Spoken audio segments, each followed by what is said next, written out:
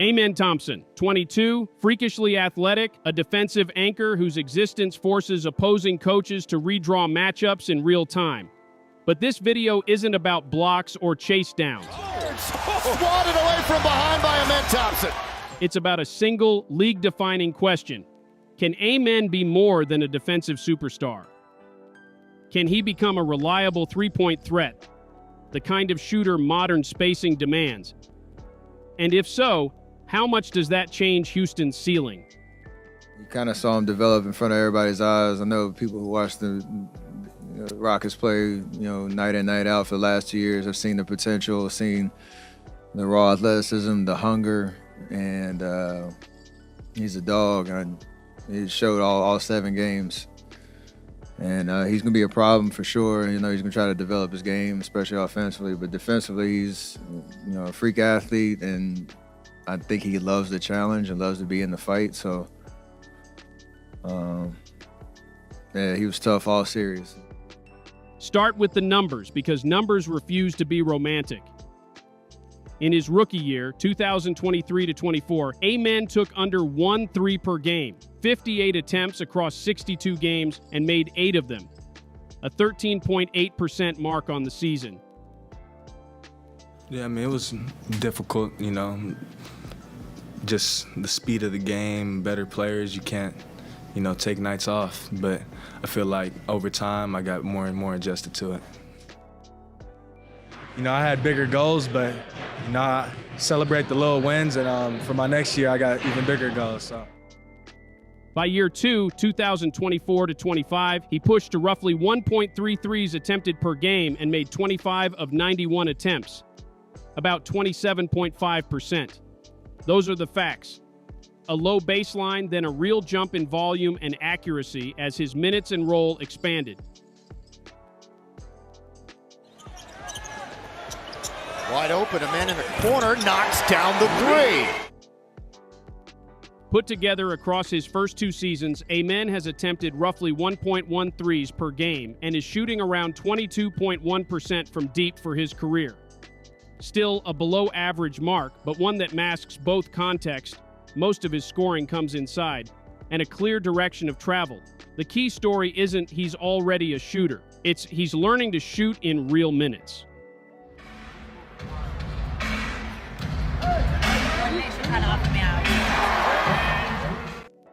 He's a superstar. He reminds me of Jimmy Butler's style, where you don't know what type of player he is gonna be, but he's gonna be it. We need you to average 20, he's gonna do that. I need you to play the 5 and duck in and do that, he's gonna do that. I need you to play some defense. Once he gets a jump shot, it's gonna be very scary.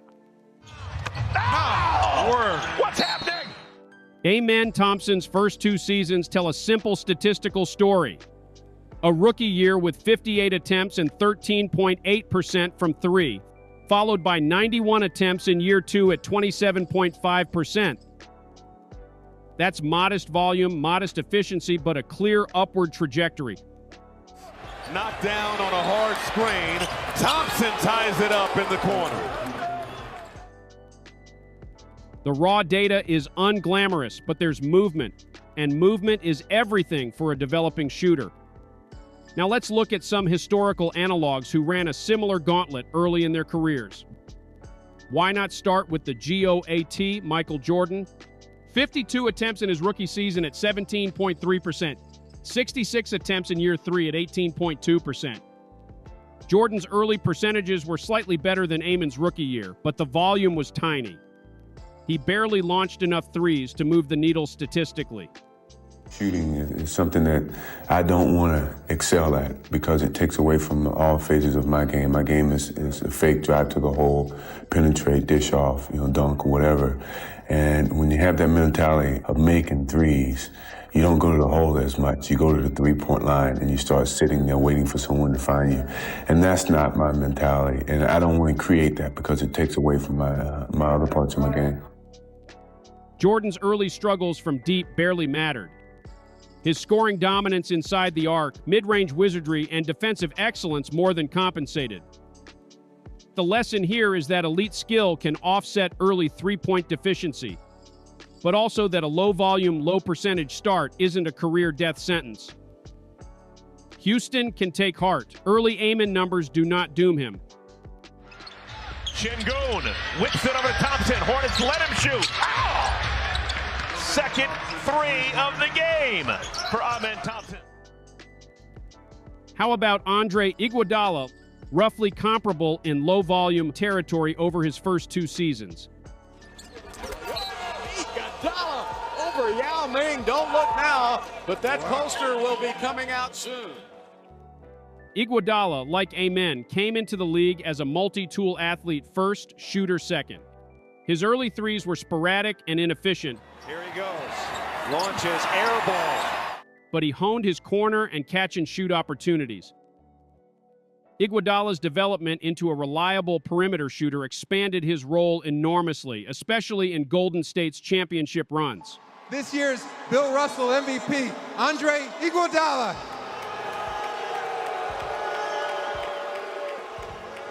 The three-point shot didn't define his ceiling. Defense and playmaking did, but it amplified his value. Off the turnover. Pergioni couldn't handle it. Barbosa to Bogut. Back to Iguodala. Amen's path could mirror this. The three is a multiplier, not the core of his game. But unlocking it could turn Houston from defensively elite with hope into a balanced, spacing-first threat. Key takeaways for Rockets fans: early three-point struggles don't preclude long-term effectiveness.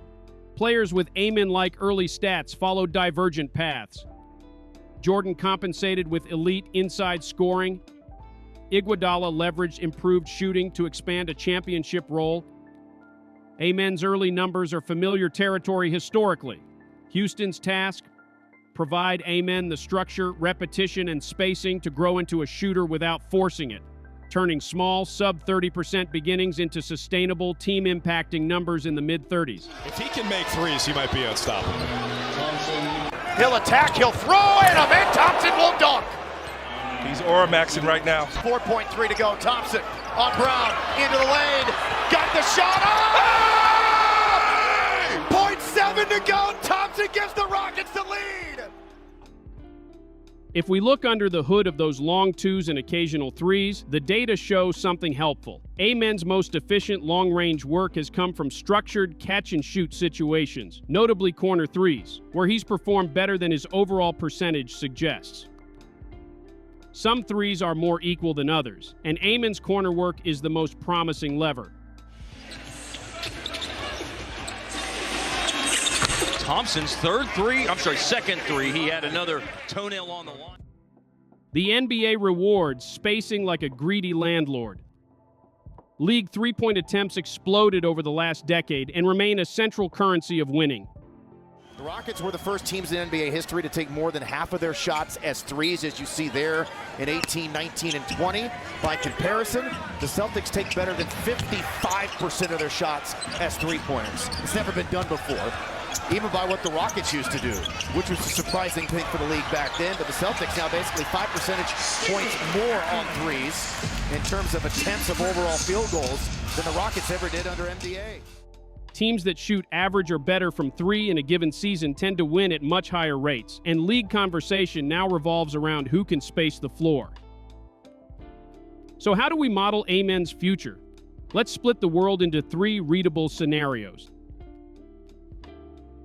The steady progress scenario, most likely and team-friendly. Open that right hand. Come on. Up. There we go. Drop them hips. Drop the hips. Up. There you go. That's what we want. Drop the hips. Amen keeps refining mechanics, leans into catch-and-shoot opportunities, especially corners, and converts practice into game shots. A reasonable projection. Within 2 to 4 years, he settles around 3.03 attempts per game at roughly 33 to 36%. If a 6'7" two-way wing like Amen becomes a 33 to 36% threat on 2 to 3 attempts a night, that isn't a small nicety. It changes lineups, makes opponents choose between guarding him on the perimeter or clogging the paint, and thereby amplifies the rest of Houston's offense. Not a Steph rework, but the kind of floor spacing that converts drives into layups and doubles into kickouts. Real additive value for Houston's offense. Examples of wings who grew into acceptable three-point roles include Aaron Gordon, who raised his volume and bumped his percentage into the low 30s. 7 seconds left. Westbrook, 5 seconds. They're down by 1. Gordon got it! Aaron Gordon with a deep shot. The Nuggets steal game 1. That's a winner for Aaron Gordon, 121 to 119. And veterans like P.J. Tucker, who remade himself into a corner 3 specialist late in his career. Corner 3s are the sport's cheat code. Over in the corner to P.J. Tucker, and he's got it. Second one of the game for P.J. Even guys who shoot like they're hurling a medicine ball can get hot down there. Kicks it out Marion. That awkward set shot, but still goes in.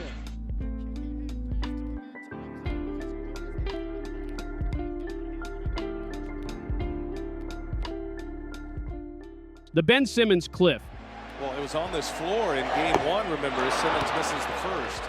Failure to develop the shot. How much do you think taking more jump shots or even taking shots from the perimeter is important to improving your game?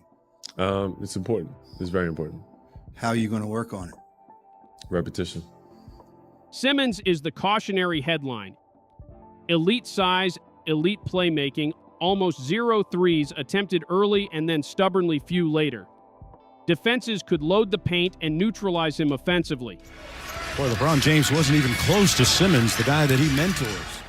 If Amen's three-point development stalls like that, low volume, less than 30% efficiency, Houston still has a defensive generational talent, but opposing coverages will happily sag and clog lanes. That outcome keeps Amen's ceiling lower offensively, even if his defense remains elite. The first half, lighten things up. Thompson, a slot 3. Speaking about your shot, you said you were never going to let your shot not be good. What have you worked on kind of mechanically so far with your shot that has you feeling like it's improved? Mechanically, like hand placement, follow through, making sure my elbow and wrist snap at the same time. It's just like a lot of little things. I don't feel like my shot was ever, as bad as people try to make it out to be. And it's just like little tweaks that's going to get me better. And when I learn how to correct it myself, it's going to be great. The upside, what scouts dream about. If Amen pairs elite shot selection with consistent mechanics and a program devoted to repetition, he could approach approximately 3.5 attempts per game at 36 to 38% in his prime. That makes him a true 3-and-D wing. Defenders can't leave him, which in turn opens lanes for drives and roll actions. That's a different Rockets team. One that can comfortably run more conventional spacing-first offense without sacrificing defense. Thompson and Amen Thompson, this is some brother stuff right here. Fakes him out, points at him. Practical takeaway for Houston. Amen's highest value path is incremental and surgical. Turn corner threes and catch-and-shoot minutes into a repeatable source of makes. Let him keep his defensive role and play him into open threes rather than forcing pull-up volume. Thompson resets against Moody. He will fire and hits. Well, you ask and you shall receive. That looked. If he stabilizes at approximately 2.5 to 3.0 attempts at approximately 34 to 36%, the Rockets win more games. Because spacing compounds. Better spacing, easier interior scoring, better free throw opportunities, higher offensive efficiency. If he doesn't, his defensive value will still keep him on the floor, but his offensive ceiling narrows. Hey, I mean, you talk about, using this as motivation and looking to get better during the summer. In today's era of a lot of three-point shots, maybe how important is developing even the mid-range and try to maybe attack that way? I think it's super important, I feel like I could get wherever I want, especially that mid-range area. So that's something I work on. That's something I'm happy with my steps with.